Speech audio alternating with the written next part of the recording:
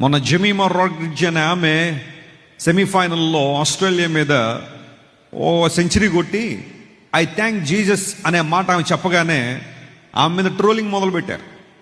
ఏంటా ట్రోలింగ్ అంటే, జెమీమా మత ప్రచారం చేసింది క్రికెట్ను ఉపయోగించుకుని అన్నారు. ఆమె తన నమ్మకాన్ని చెప్పింది, తన విశ్వాసాన్ని చెప్పింది. దేవుడు నాకు సహాయం చేశాడు, నా బాధల్లో, నా కష్టాల్లో, నా నిరాశలో, నా నిస్పృహలో దేవుడు నాకు తోడై ఉన్నాడు. ఈ విషయం ఆయన ద్వారా నాకు లభించిందని ఆమె దేవుని మహింపరిస్తే, some people said she's doing religious propaganda. Yesu ప్రభు మతాలు మార్చడానికి ఇలాంటి వాళ్ళందరూ కూడా చెబుతున్నారని చెప్పి ఆమె మీద బురద జల్లడం ప్రారంభించారు. ఆనాడు ఈనాడు దేవుని విడుదల చెబుతున్న మాట ఏంటో తెలుసా? యేసు ప్రభు మన మతాలు మార్చడానికి రాలేదు, మన హృదయాలు మార్చడానికి వచ్చాడు ఆయన. ప్రపంచంలో ఏ ఒక్కరూ కూడా యేసు ప్రభుని అంగీకరించి తమ మతాలు మార్చుకోలేదు. బ్రతుకులు మార్చబడ్డాయి, హృదయాలు మార్చబడ్డాయి. యేసయ్య నూతన హృదయాన్ని ఆయన అనుగ్రహించాలని ఆశపడుతున్నాడు.